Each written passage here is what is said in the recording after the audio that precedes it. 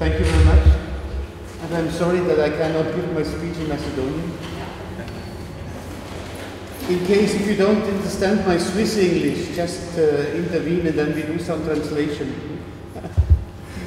Okay, so I have been asked to speak about a topic, a broader topic, not about Macedonian forestry, of course, which I don't know very well, but about what is here in hyphens, global forest policy and the implication of this global forest policy to two countries, small countries like Macedonia and Switzerland, where I come from. Indeed, I deal with this so-called global forest policy since quite a while.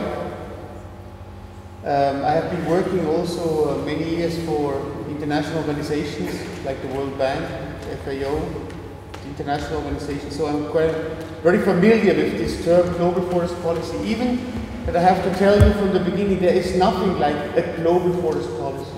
It doesn't exist. You know, forests and forestry at the global level is mixed in very different fora, from biodiversity to climate change to desertification and other type of activities, commercial activities, etc. So we don't have a global forest policy. And what I want to show you a little bit why this is and what are the implications for us and especially for the forests that afterwards deal with this land use forests. So globally at the world we have about 4 billion hectares of forests. So this is according to the newest figure of FAO 2014 that come out next year. So we are more or less since 5-10 years at this figure of 4 billion hectares. So 4 billion, what is this? Macedonia has about 1 million hectares. So 4 billion will be 4,000 times bigger. Yeah? So it's quite a huge area, and you see the distribution of forests. It's not everywhere in the world close forest. So important that you have these two big lines in the north and here in the south. This is tropical, of course, and this is temperate and boreal forests. This is the distribution of forests globally. So indeed, two or three different biomes. The boreal biome, mainly Russia, Canada, and Scandinavia. The temperate biome, which is here the green one, in which also lies Macedonia and Switzerland, European forests. And here the red one, which are the tropical forests. You also see, and this is important to take into account, where we live in temperate areas, we have less forests than in boreal and tropical areas. So very important at the global level. When we discuss forestry at the global level, we normally discuss tropical forest problems and sometimes boreal forest problems, but in general never temperate. So we have, of course, a European forest policy, but this is a little bit different than a global forest policy. I guess that you can afterwards carry home a copy, or you will get a copy of this presentation, and this is more that you can carry home something, not to read it now. But important a little bit, and that's important when we talk about policy, that between boreal, temperate, and tropical, here it's divided in subtropical and tropical, there are huge differences in the size of forests, the amount of forest that is there, the percentage of forest cover in the different regions is completely different, and also the fact if forest is getting lost or if areas of forest are increasing.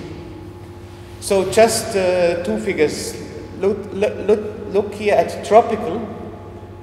Nearly 46% of all the forest areas in the world is in the tropics. Yeah, nearly half. Yeah? And then about 30% in the boreal, and in our area, the forest of our area is only 16% of all the forests. Yeah? That's important to understand. It's also important to understand the density of forests. You see the most density, the most area which is forested is in boreal, 44%, and then tropical, and in our region only 16%. So these are figures which are very important to understand, and that also shapes international global forest policy. And another thing which is very important to understand the dynamics of global forestry. Four countries, Russia, Brazil, Canada, and the US. These four countries, they own nearly 50% of all the forests. So 50% of all forests are in four countries in the world. When you add China, Australia, this is Congo, Indonesia, Angola, Peru, these countries, these are 10 countries. So you see that 10 countries together, they own 67% of all the forests. And the whole list are 15 countries, and these 15 countries, they own nearly 75%, 3/4 of all the forests. And all the other 198 countries together, they own the 25% of forests which are left. Yeah? So now you can imagine who is important at the level of global forest policy. It's Russia, it's Brazil, it's Canada, it's the US. No? And they indeed shape policies. All the others, especially when we take our two countries, we have each, Switzerland and Macedonia, a little bit more than 1 million. No? We are very small. So how could we put our interest at the global level? Just to get you a little bit a hint on how this is. Also, and this is, I hope it's not a complicated figure, this is the time since 1950 compared with the forest cover of countries. Yeah? So what is changed or what does not change? So you have many countries like Finland and Sweden, which are the closest one from our, but also tropical countries. They have a lot of forest, 80% of the land or 70% of the land is forest. Yeah? And they do not lose the forest. No, they have more or less the same big area of forest. These are the so-called forest-rich countries. They have a lot of forest. And they do not lose forest. Then you have many countries, they lose forest very rapidly because they cut forests away for other land uses. This is especially in the tropical areas. And then you have countries, especially in tropics, but also in our part of the world, they have only 20% of forest left. They do not lose forests, but they cannot lose because there's no forest left to lose. The forests which are there, they are very far away from getting lost. And then you have countries, they increase their forest cover. Very clearly. So you have these different situations, and of course in each situation, this is land management, this is sustainable forest management, you have different types of approaches how to deal with your forests. So at the global level, what I want to say, there are so many different situations and cases that you cannot just say we define at the global level what forest is and how forests are managed and how forests are dealt with. Okay? So this is just to explain to you there's so many differences at the global level to define forest policies. So this is a map that shows you the dynamics of forests. So in green areas, like here you see in Europe, in parts of Europe, including the Balkans, including here Macedonia, here somewhere, probably here, no? You gain forest. The forest area is increasing. Yeah? Well, maybe Macedonia is not the best case, but we will talk about that. But we have clear cases in the Balkans, in Italy, in Switzerland. Switzerland increases its forest areas every year by 0.8%. The reason for that I will explain you later. We are not planting any tree. No? It's just the forest which increases naturally. Why that is so, I will explain to you a little bit later. Like in northern Spain or in Portugal or here in China, this is China. China plants a lot of trees. Plantation forestry is called. I show you photographs afterwards. Yeah? This is, they have a policy to increase their forest area. And all the other countries, you see the red one is loss of forests, very important loss of forests, with more than 0.5% per year of the land area. This is especially in the tropics. So, you have a world map that shows a lot of loss here in the tropics and a lot of gain. And this is the green color. And all which is gray, it's more or less stable forest. Yeah? So that's just also a situation. Forests are dynamic. No? Nothing is static. Everything changes. No? And the importance is when you do policy, do you do the change with a plan, or does the change just happen, no? Without any plan? So this is the big difference. And maybe this here is very interesting to look at. You see, this is forest loss, what you look over time. This is in the year 1700, 300 years ago from today. Yeah? You see, we lost mainly temperate forests, so our forests. No? Forests in Europe, in the US, in China, no? Temperate areas. We had huge big loss, and in the tropics, in the tropical area, there's no loss, nothing, really nothing. Then you go 1700 until 1850, still a lot of loss in Europe, but also in North America, no? When people came and went to the United States. But you started loss in the tropics, and so it continues over 200 years. And then since 1920, that changed.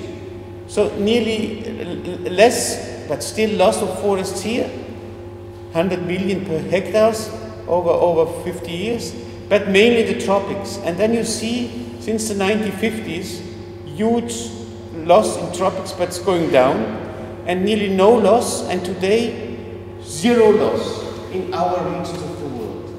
So very important, these dynamics, to understand that. When you look back here in this time, we used our forests at the time it was our main resource for energy. It was our main resource to develop land. And this is now the case in the tropics. But we have changed completely our behavior.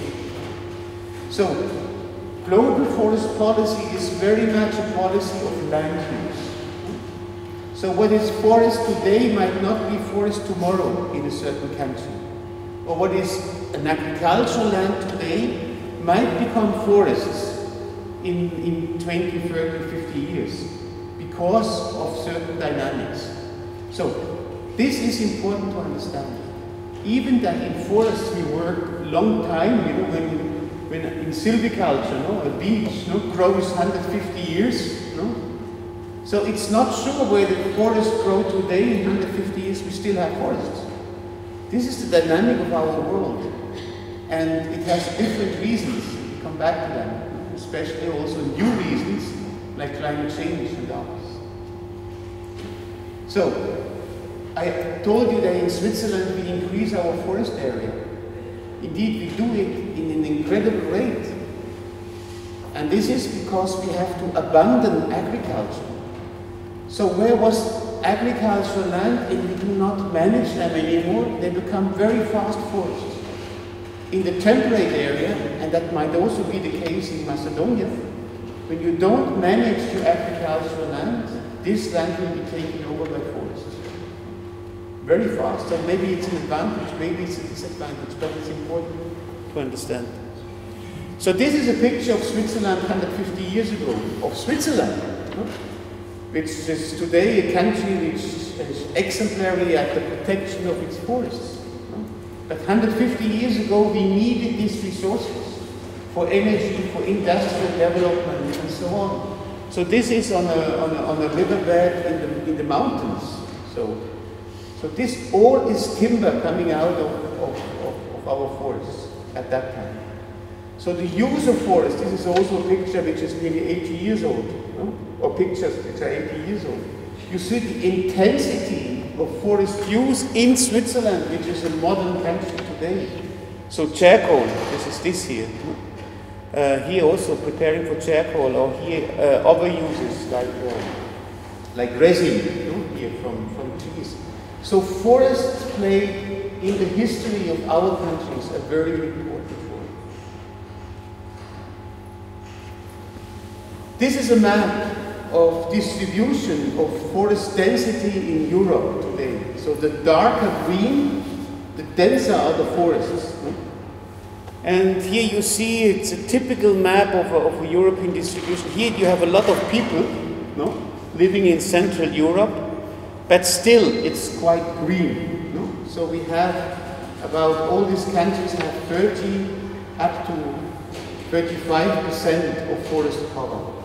The big dense forest is here in the north, Finland, Sweden, and this is the western part of Russia.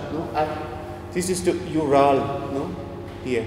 So this is the border, the limit between Asia and Europe. But you see where the dense forests are. They are here, up here. And then we go a little bit down there, and you see here on the Balkans, it's also important here, the Carpathian region, the Carpathian Mountains. So you see also the importance of these forests in the distribution over Europe. So when we look a little bit closer with the same map on our two countries, so this is the border of Switzerland, and here Macedonia. This is the same map, just put a little bit bigger on pixels. So it's quite a modern map, which is done only 3 years ago. So of course we could work a little bit with graphics, but you see here a little bit your distribution of forest, which is surprisingly open. Surprisingly open. I had expected much greener, I must say. I was not aware that you had here this very lot of blank areas, which is less than 10% of trees. Switzerland, we have also, so Macedonia, 25,000 square kilometers, Switzerland, 42,000 square kilometers. We both have about, Macedonia, 1 million hectares of forest, Switzerland, 1.3 million hectares of forests. But it would be interesting, I understood and I understand you don't have a modern forest inventory. The last one was in 1979. So maybe it would be time to look a little bit closer in your resources and do a new inventory to have an idea what's happening at the level of forests. But it's interesting, this type of maps today you can draw and you can have a lot of conclusions. So when we look at my country, we have just finished the 4th national inventory this year of forests. And I would like to draw your attention on our figures since 1880, so 150 years, 120 years ago, or 130 years ago. This was our forest area, 800,000 hectares in 1880. Then there were reforestation activities here in this period, so we planted trees, planting, especially spruce forest. That was typical, Picea abies. That was in this period of time. Then we stopped planting, we maintained the forest area, and since about 1980, the forest is increasing naturally because we are abandoning agriculture. Because for globalization reasons, our agriculture cannot compete with international products at the agricultural side. So a lot of agricultural land, especially in the mountain areas, get abandoned and the forests take that over. And indeed, our law requests the forester, once there are trees on a piece of land, to declare that piece of land forests. Because when it is declared forest, it goes under the forest law. And then it cannot be cut away. So it cannot, once it's forest, it remains forest. This is our constitution, our law that requests that. So we increased, and since here we increase our forest naturally. We do not plant trees. only to replace existing forest stands, but not new trees. So meanwhile, we have 1.3 million hectares of forest. And the second line here is the density of forests. No? How many cubic meter of timber we have per hectare in the forest. So it's not just open forest. No? Indeed, even that there's a lot of new forest here, the density of forest is growing enormously. So we have today an average of 371 cubic meter of timber per hectare, which is a lot. What would be the average timber stock in Macedonia? I guess 82.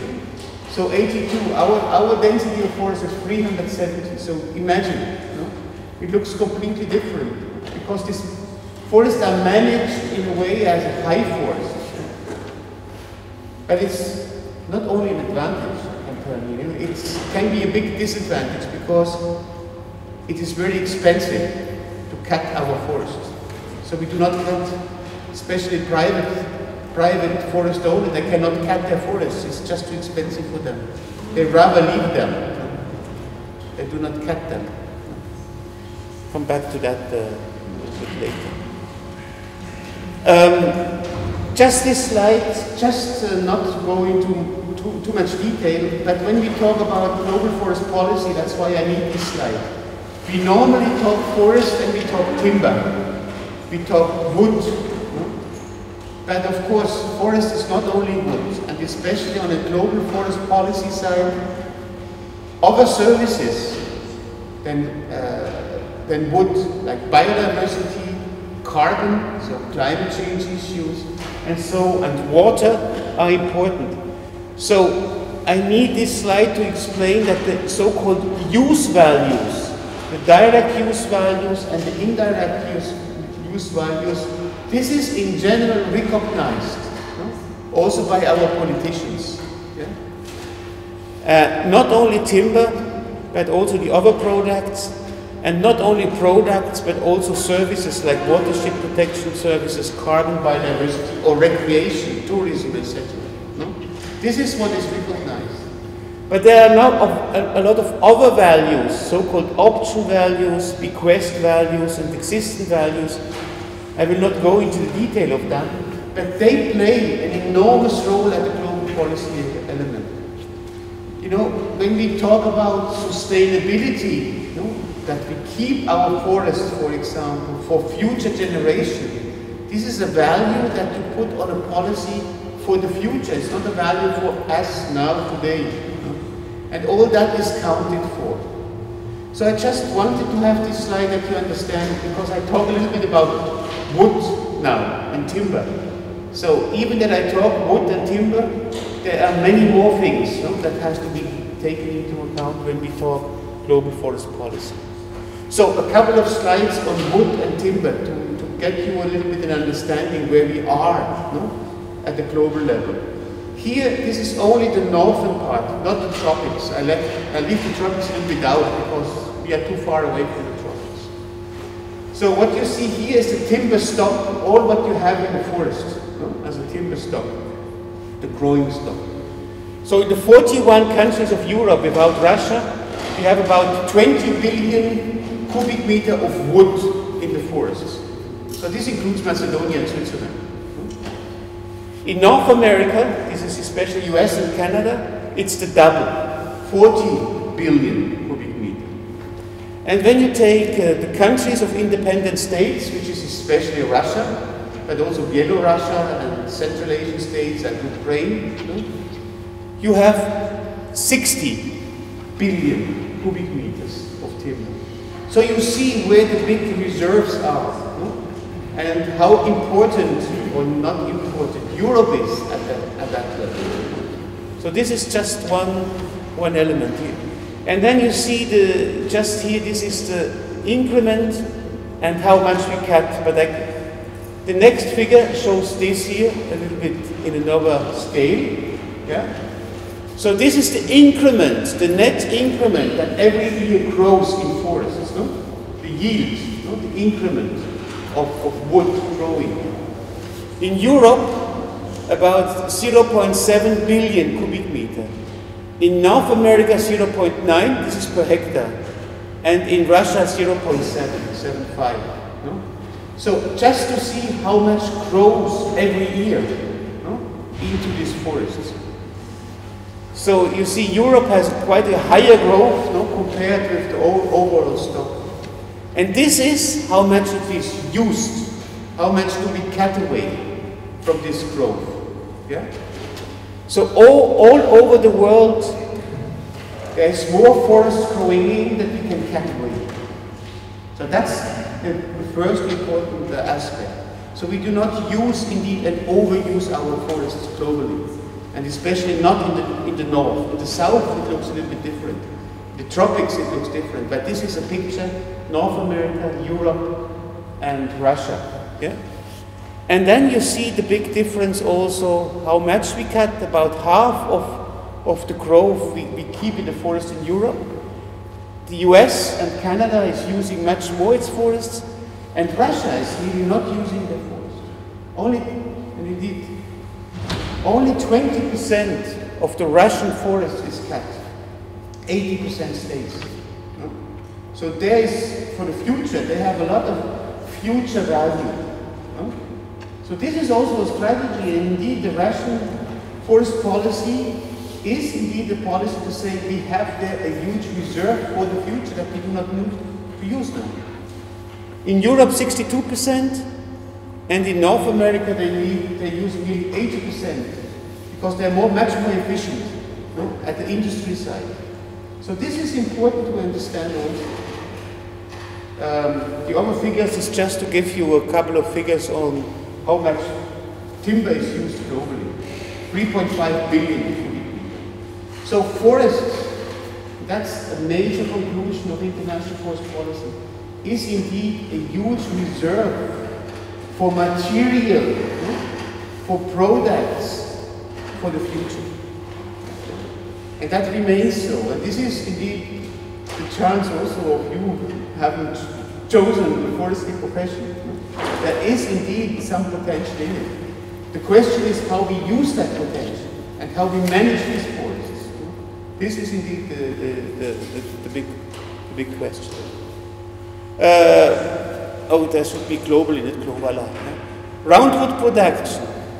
And here I compare boreal and temperate forest against the tropical forest. So in our part of the world, including boreal forest Russia, 83% of all what we cut is used for industrial purposes. Yeah? It's industrial wood. So it's for housing, for flooring, for whatever we see here. This is industrial wood. 17% of the whole production is fuel wood. This is maybe increasing now a little bit, but it's very small. This is the situation today. When we look in the tropics, it's just the contrary. 79% of all the wood which is cut in tropical countries is for fuel wood. And only 21% for timber. So very important also to understand these differences. So this is the share of fuel wood against industrial wood, more or less half in the world. And you see, and that is also something, we always use more wood in the future. So there is a direct correlation between population growth and wood consumption.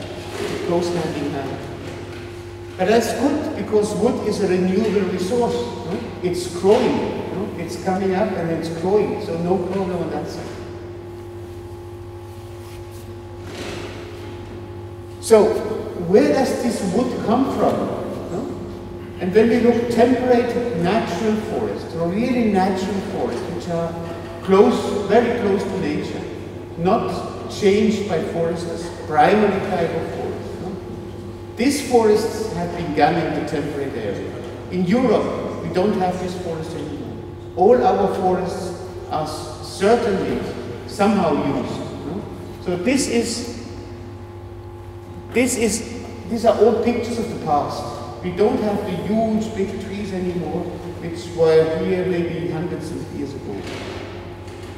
In boreal forests, all what is accessible is used, but huge forests in boreal areas have never been touched. So there's a huge potential in the future still, which is lying there, and that is of course important that the global forest policy context. And where you have the big trees, the special trees today from natural forests, from primary forests is in the tropics. This picture is from Gabon. Besides, all the pictures are my own pictures, just that you know, I'm not getting them from the internet. So this is in Gabon. So you see this type of uses of really good timber, not fuelwood of course, this is timber, which we had before in our countries or the US, you only find today in the tropics. That's why tropical timber is still something important, because it's a very valuable resource. But the main source of timber today is semi-natural forest. It's the type of forest that you manage as high forests. This photograph is from Ukraine, besides, not from the western part of Ukraine. But this is indeed where we have most of our industrial wood coming from. However, this is present and recent past, but it is not necessarily the future.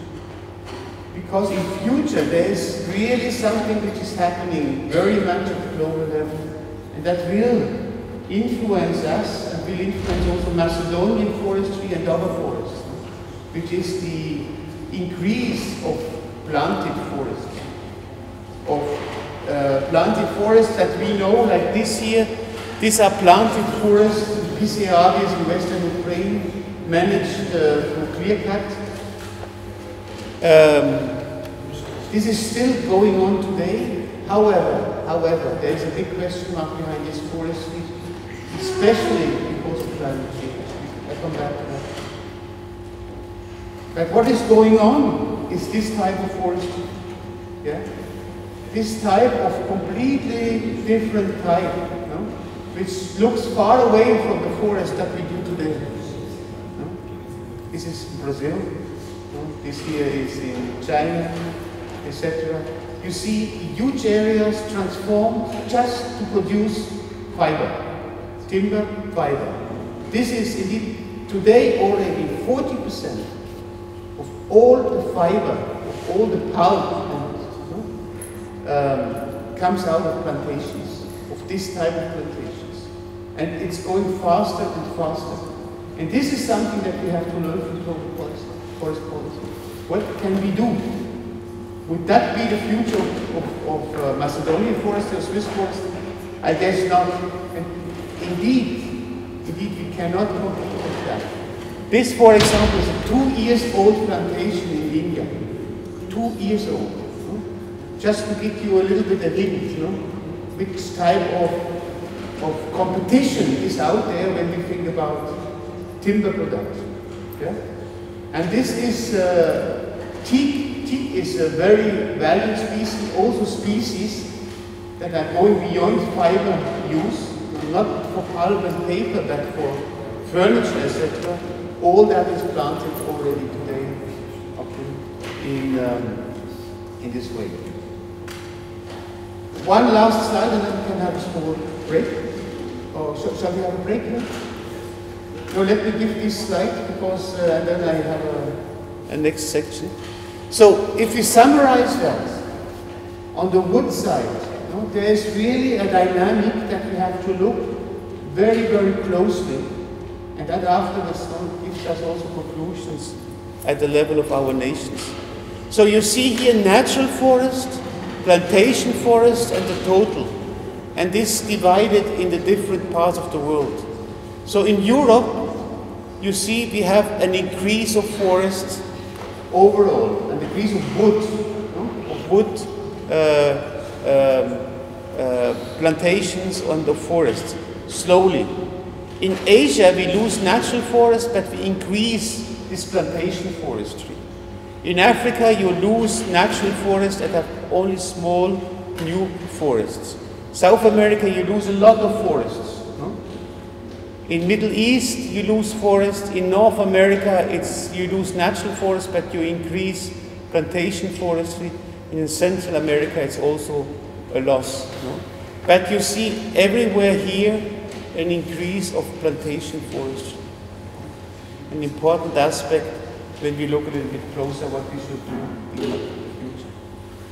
So you want a break? Okay.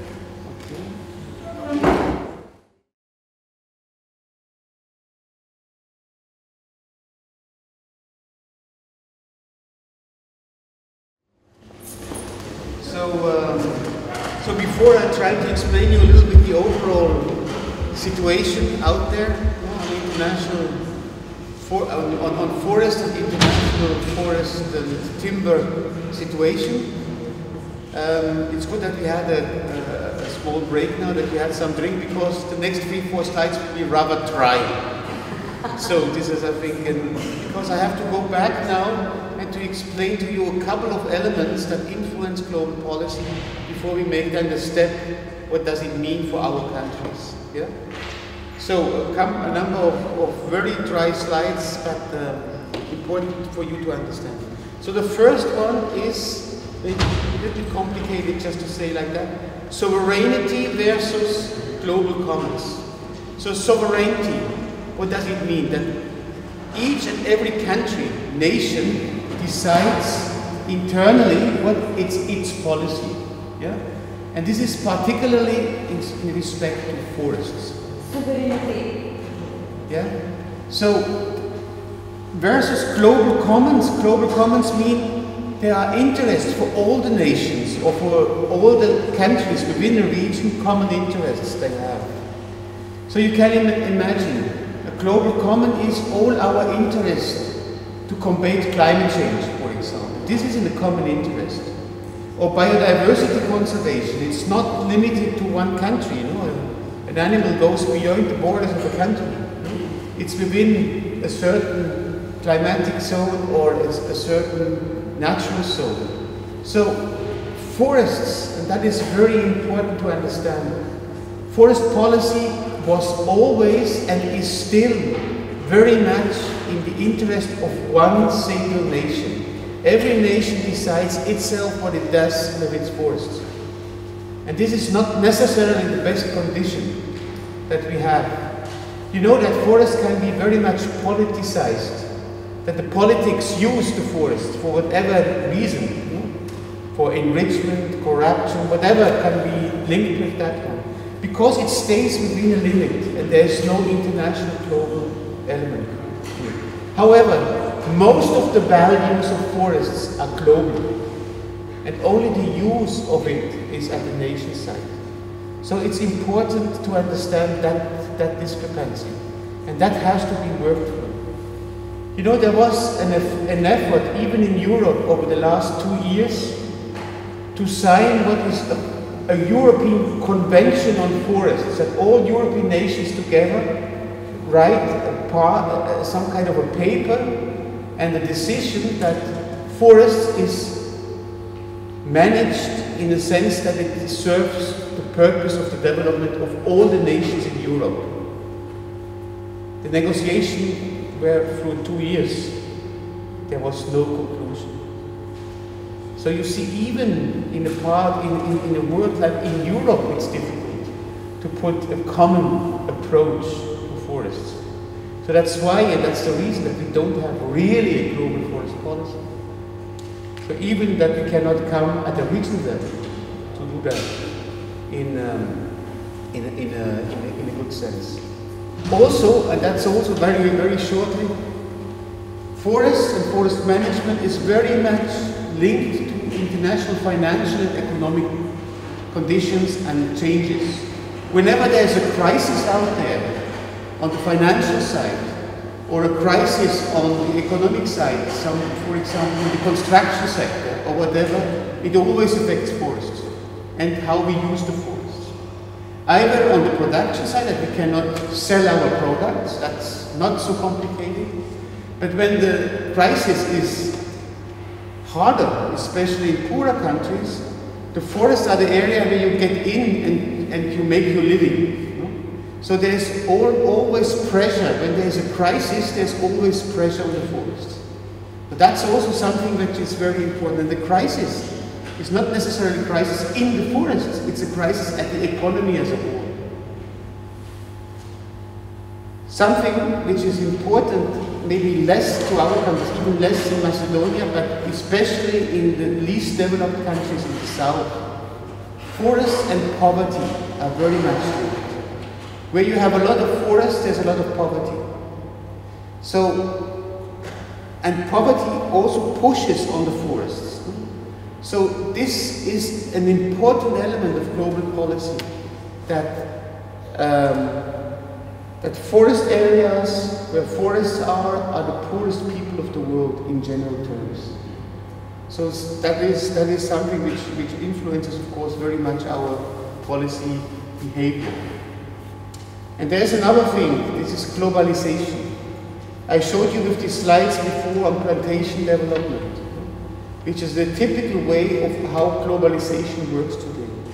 This is a huge and enormous threat for forests when we cannot get our products out on a market because the competition is there through globalization. 1 cubic meter of fiber produced somewhere in Brazil with in a plantation is of course 10 times cheaper than 1 cubic meter of timber produced in Europe.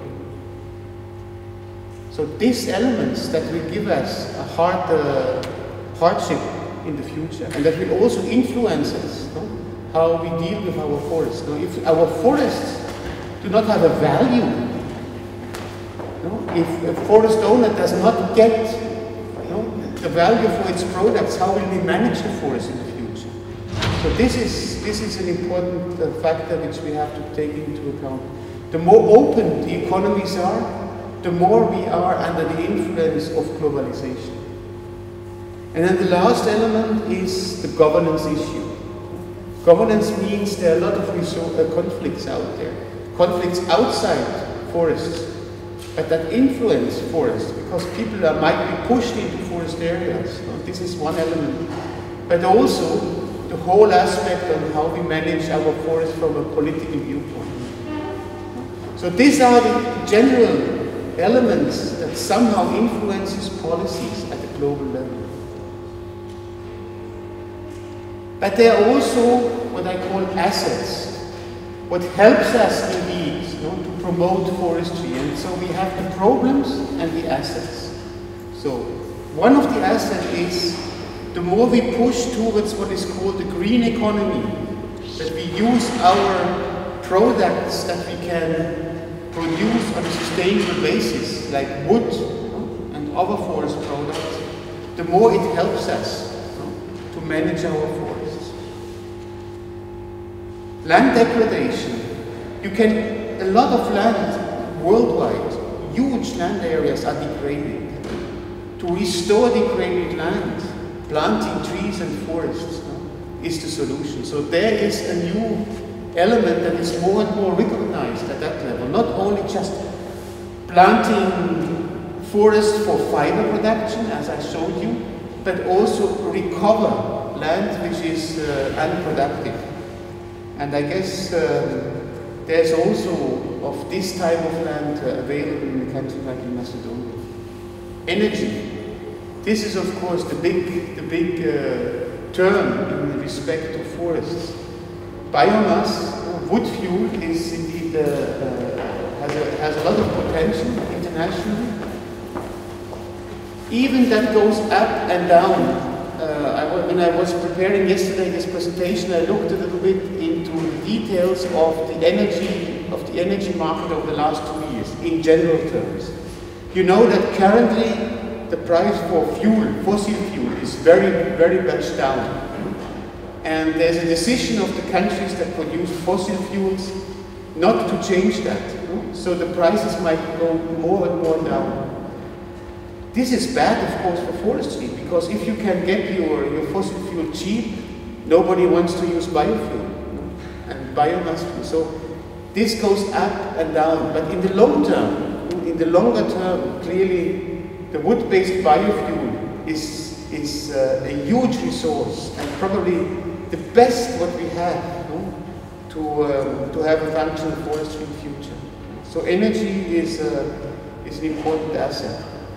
Biodiversity, which in many aspects, from pollination up to protection of plants and fauna species, it's very close to forest. 2/3 of the entire biodiversity on land is in forests. So the valuation of biodiversity more and more is developed, and here also is a big chance. I'll come back to that one. And then, surprisingly, also climate change. As forests are, besides the ocean, the most important pool where you can stop carbon. This is evaluated already in many countries, especially in tropical countries. And currently there are more than 7 billion euro already invested in this type of activity. So to use forest as carbon stocks.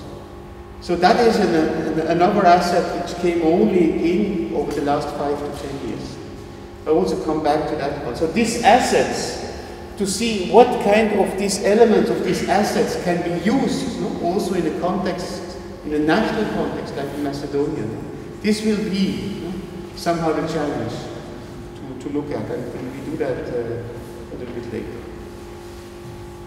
Now, there are a couple of messages on global forest policy that are clearly expressed and clearly understood. So that we should not lose more natural forest than we have already lost in the world. This is a clear message that internationally is accepted. And today, when you look through the internet, you look what's going on in global forest policy issues, conservation of existing forests attract many interests and a lot of money. Yeah? It was a couple of weeks ago, there was a huge declaration in New York, which is what's called the New York Declaration on Forests, signed by a number of countries, but especially by the 70 biggest international multilateral companies, from Shell to BP, to Nestlé, to Unilever, so whatever you can imagine as big names, they signed a paper on conservation of forests. So there is a huge debate at that level, internationally ongoing, and that of course, this is something which triggers down also to the countries. We know that the globalization, the more open our markets, the more our forests are affected. For example, by plantation development and other. This is recognized. That forest is not about trees alone. It's not about wood and wood processing and so on. It's about people. And that is also recognized at the global level. Whenever you have a major initiative, it doesn't come from the forest sector. It comes from other sectors, especially from social sectors. So that is also something which is important. It's not something that we can deal in isolation. For example, forest and agriculture, they are interwoven. If we do not have a good relationship with agriculture, we cannot protect our forests. And vice versa. Agriculture will not work if they get rid of the forest where the forest should remain, for example, for watershed protection. This is maybe, for you normal, because you live in a country where you have a certain balance between forestry and agriculture. But there are more than 60, 70 countries in the world, especially in the tropics, where this relationship is terrible. So the worst enemies of foresters are the agronomists.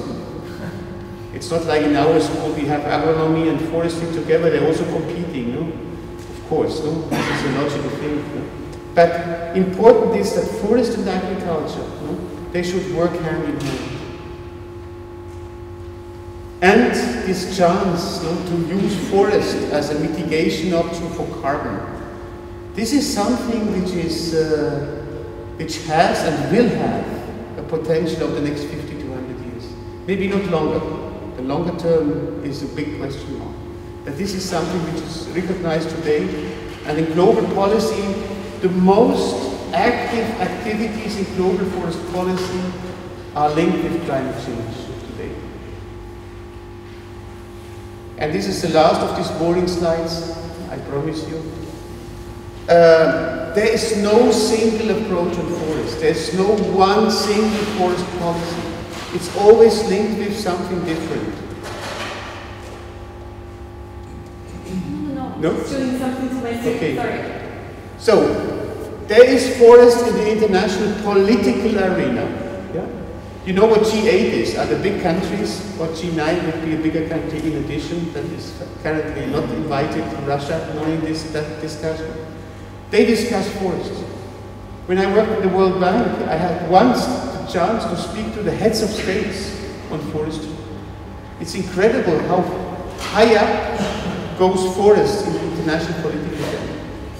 There is something which is called UNFF, United Nations Forum on Forests. They discuss every 2 years, 980 countries together about forests. Next year they have to reorganize themselves.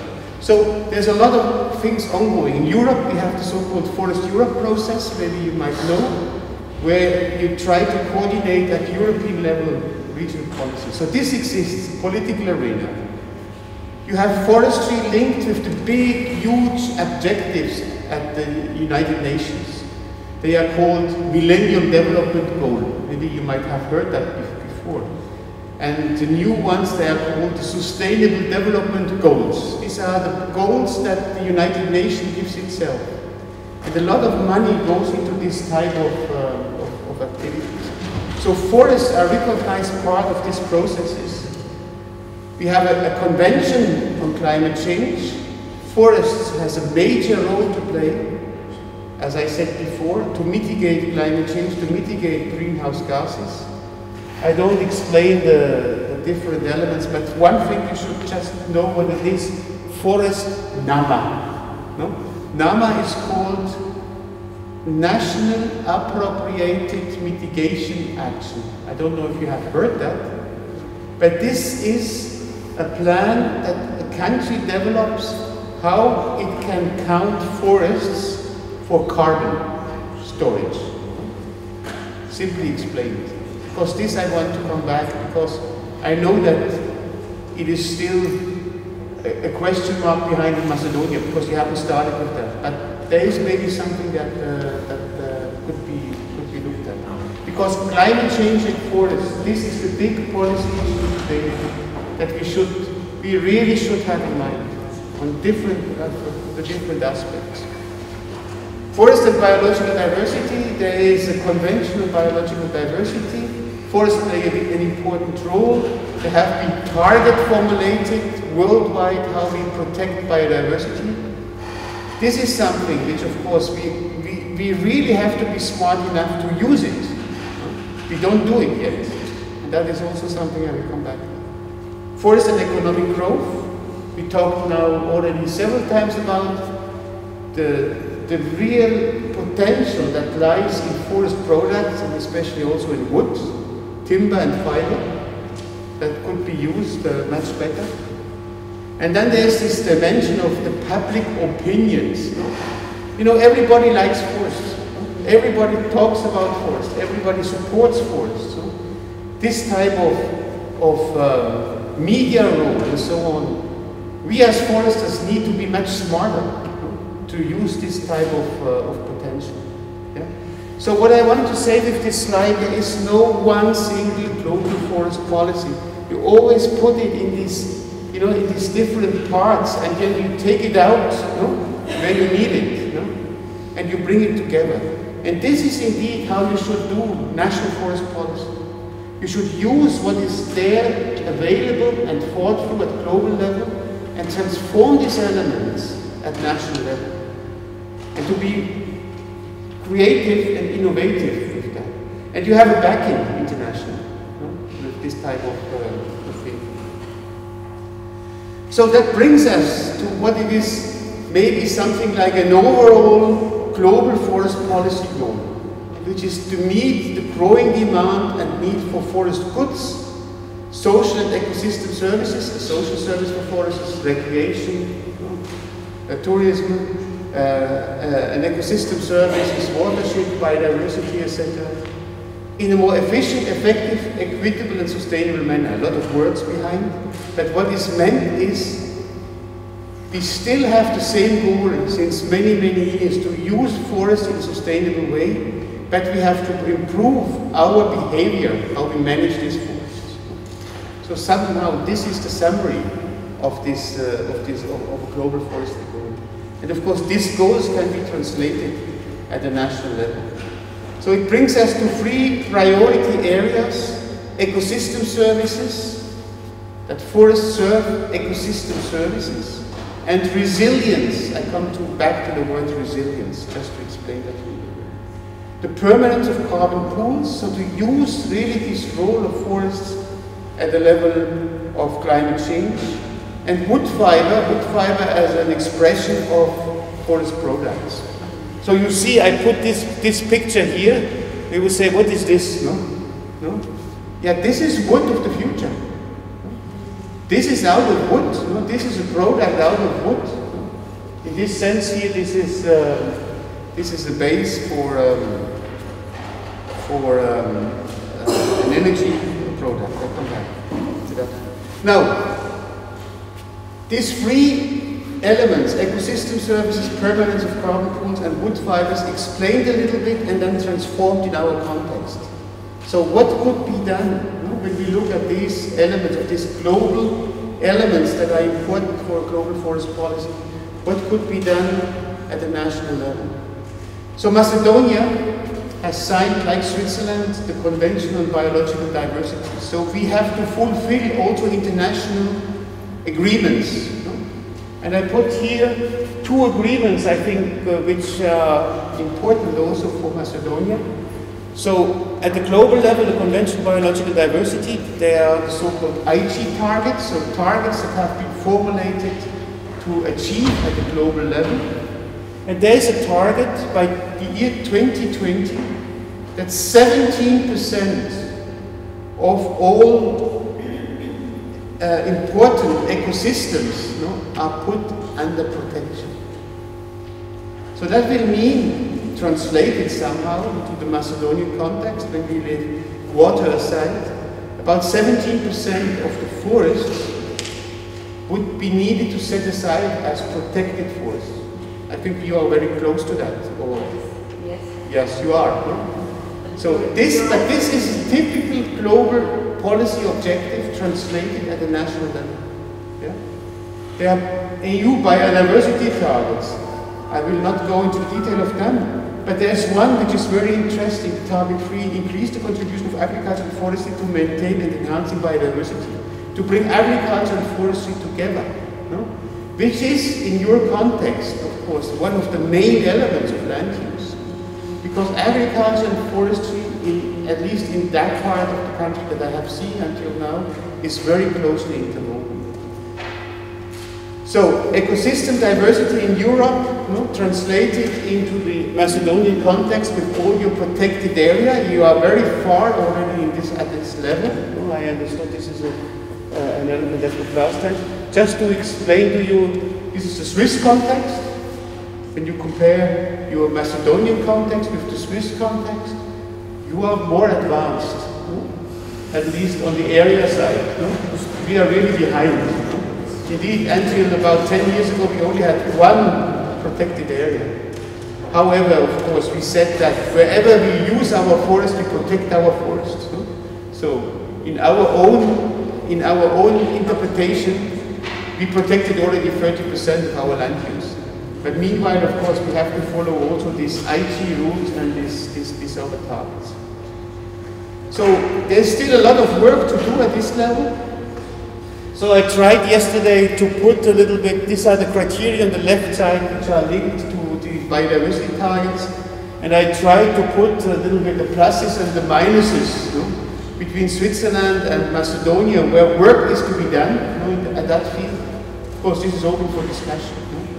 The huge difference between Switzerland and the Macedonian context is the type of pressure on the resources is different, but the degree of biological diversity in Macedonia is much higher, because you have avoided in many parts of Macedonia this type of very industrial type of agriculture, and this separation of forest and agriculture in this strict way. And indeed, the big advantage of Macedonia is you have a lot of natural landscapes that includes forests and very extensively used agricultural landscapes. And this is the big, this is a big asset you have, but there is a big danger also that you lose your asset. No? And as I said, I think last time already, I always come back to that one. I guess your biggest asset you have at the European level is that you still have a lot of functional, original landscapes that in many parts of Europe has been lost. And this is probably the major value, the major asset you have at the level of biological diversity. So this, around this topic, ecosystem service management, biodiversity management, which is indeed, you have the best conditions to get value out of this potential. The second issue relates to resilience, to the fact, and this is on the policy side, really recognized today. A forest policy today has to take into account what's happening at the level of climate change. This map, I'm sorry that I couldn't find the map that goes a little bit more on the eastern side, but you can imagine where you are. You are stuck here, in this corner of this map, and you look just at this corner. This is the change of summer temperature over 100 years in Europe, and you are clearly in that area, in the blue area, where we might expect an increase of temperature of 4 degrees in average, in summer temperature. Of course, from a forest policy side, this is dramatic. This will mean dramatic changes in how the ecosystem will behave. So a policy has to be formulated, of course, that takes these elements and this potential danger into account. So this is on summer temperature. This is in relation to drying up. You are also in this brown part, so 28 to 36% less of humidity in summer, so drier summer, droughts, etc.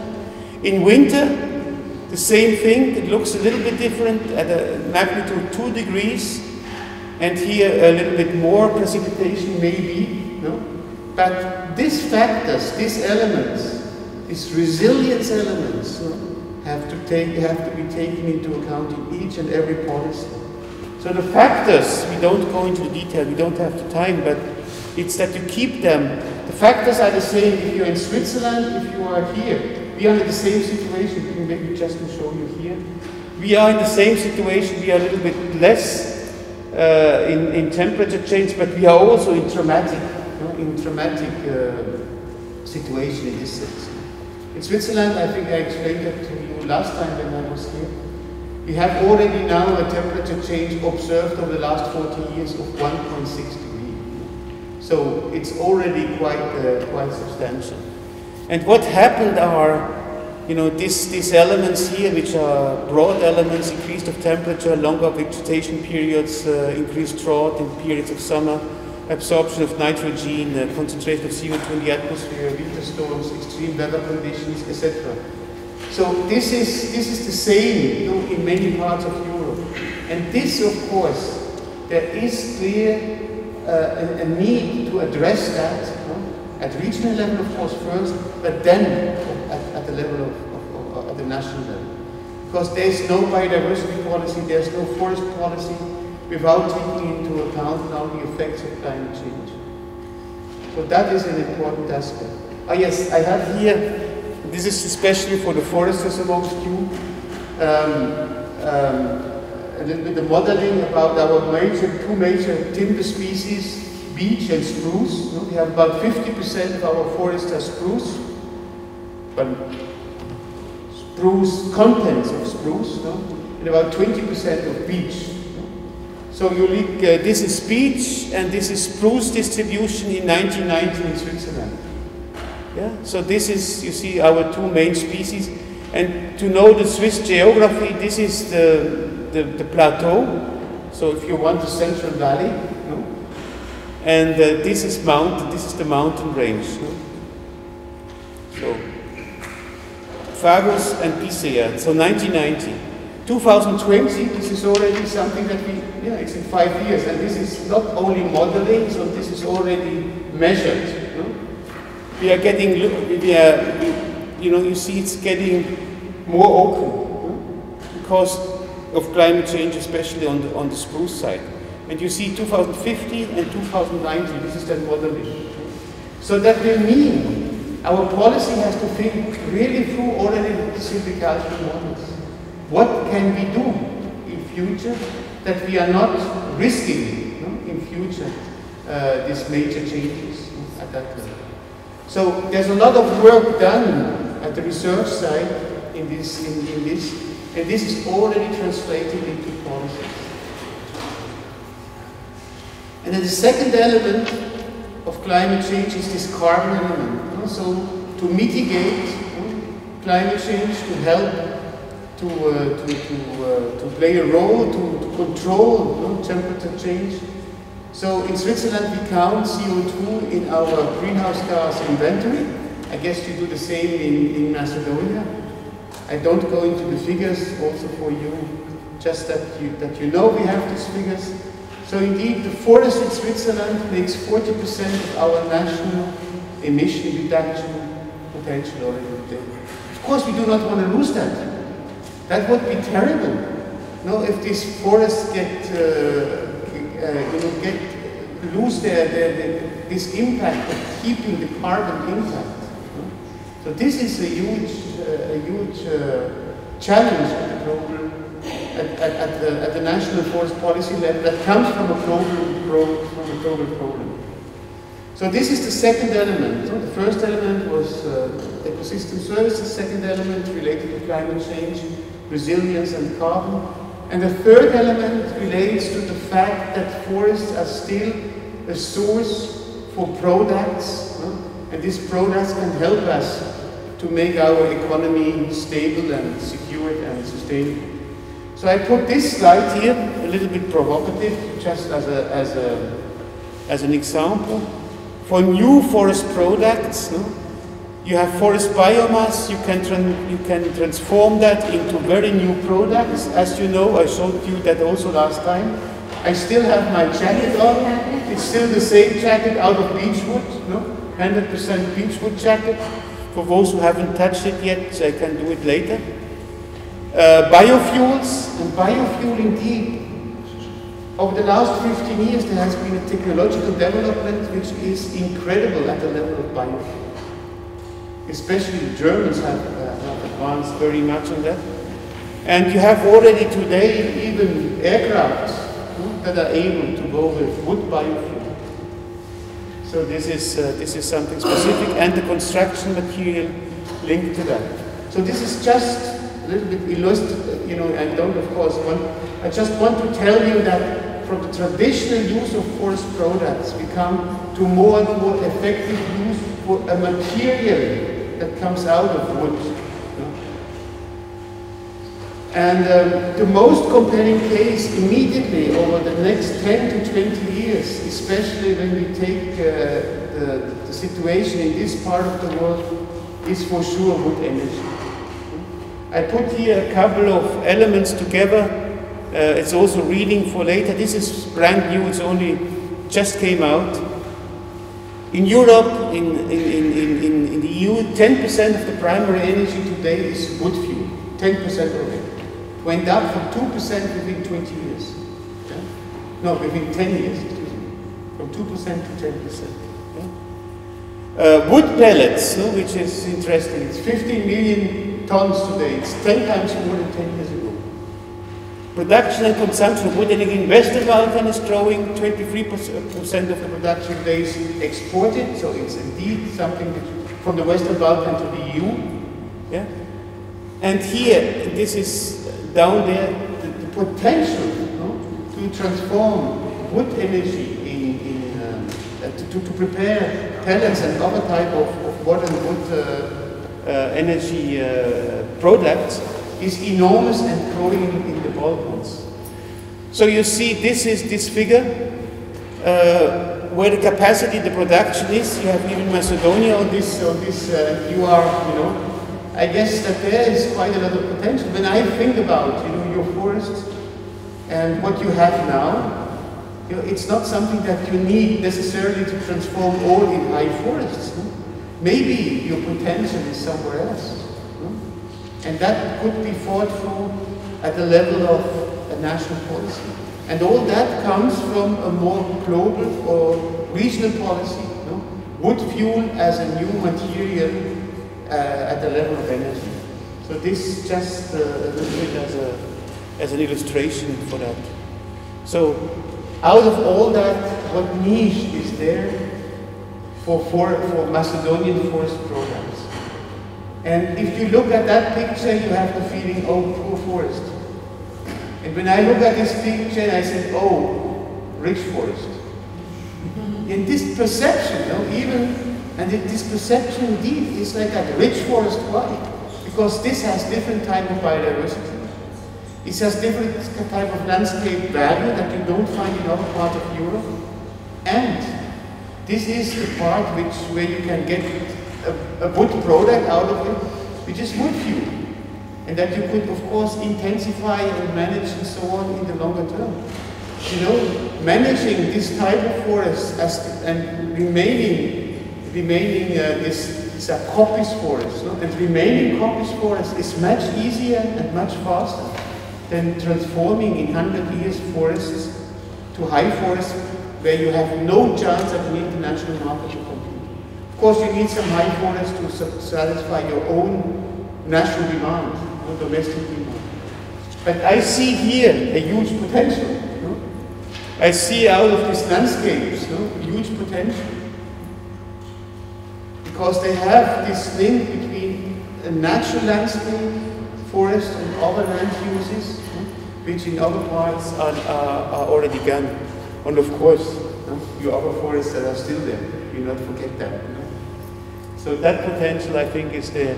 So out of this equation, you know, of what is important from a global forest policy level, and translated that into a Macedonian context, I would say the ecosystem service and the resilience part has a lot of potential at the landscape level. Not only within the forest, but to consider them in the broader landscapes. As you know, in the western or in the eastern part of your country, you have very specific landscapes, very natural landscapes. That will be valued in any, whatever I checked yesterday, was on European policy, on ecosystems. You know, you as part of Europe, and a potential part of maybe of the EU in the future, you should keep the specifics of your landscapes and avoid to transform too much, into, you know, Coca-Cola type landscapes. You should keep the variation of your different fruit juices in a certain sense, and not mix it up with something else. So there is, in my point of view, a huge potential also to attract international financing for this type of landscape management. They exist. Carbon pools. So the carbon, you know, you count maybe now the carbon in your greenhouse gas inventory. You are not obliged to do one. You are not managed one country in the climate change. However, there are new potentials in the climate change negotiation over the next couple of years. New instruments will be created. You as a country will also take responsibility to mitigate climate change. There is a program which is called Forest NAMA, Nationally Appropriated Mitigation Actions in Forestry. So it is worth to think through this part and to see how the evaluating Macedonian forests in the context of climate change could be taken into account. This is something which comes clearly directly out of global forest policy. And the third element,